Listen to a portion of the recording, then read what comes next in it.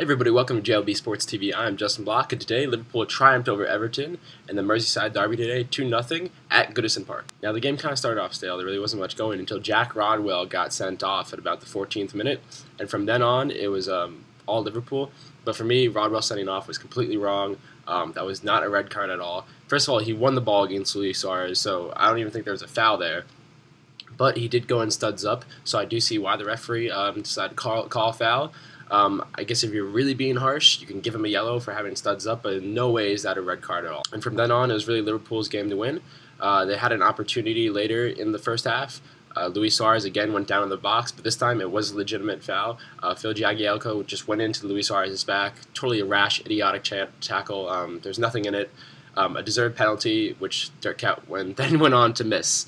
Dirk Kuyt actually has a pretty good penalty record, but it was he tried to place it to his right-hand side, Tim Howard's left-hand side. It was really weak. Again, it was a place shot, so if Tim Howard actually had dove the correct way, he was going to save it. Tim Howard guessed right. He saved it. Good goalkeeping by Tim Howard because, according to Soccernomics, and statistically speaking, most players, when they take penalties, go with their natural-footed side. So statistically speaking, Dirk Kuyt was probably going to go to his right side. Tim Howard guessed right, and the game was the deadlock at half. And then after half, for about 15 to 20 minutes, again, it was just stale, boring play from Liverpool. Everton was trying to protect their goal, trying to get a point out of it, have a 0-0 draw. And Liverpool actually ended up with 64% possession for the entire game. So Liverpool really dominated the match. They had 492 passes got off to Everton's 265. So this was really Liverpool's game to win. So there really wasn't much in the game, and then Gerrard and Bellamy were subbed on for Stuart Downey and Charlie Adam. And after that, Liverpool scored within a couple minutes. At the 71st minute, Bellamy used his electric pace to get down the left-hand side, passed the ball to Enrique, and Enrique then had a beautiful cross right to Carroll, who then slammed it home for the goal. Great team goal, but that was all Bellamy right there. I'm really liking Craig Bellamy as a signing, especially off the bench. He brings some electric pace and some really good creativity down the wing. Enrique, of course, had that great cross, but he was very, very good all game. He's a real bullish defender, loves to get hand the left-hand side, and loves to whip in crosses. He had Seamus Coleman in his back pocket all game and actually forced Coleman off. Everton had to bring on Royston Drenthe to try to get something going against Enrique. Drenthe didn't have much of an impact. But overall, including Enrique, it was a very, very tight back four from Liverpool today, which is good to see because in the last couple games, as we know, Liverpool have really struggled in the back, but this was a very tidy response. And Pepe Reina especially had a good game. He was very commanding in his box and made some great saves as well. And I can't say enough about Lucas Leiva. The kid made 92% of his passes, which was the highest passing rate Liverpool had all game.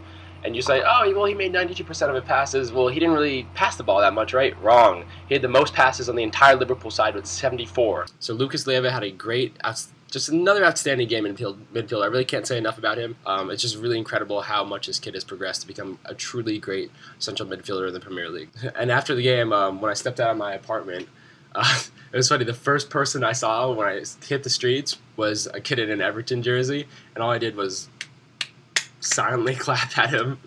That's all I had to do.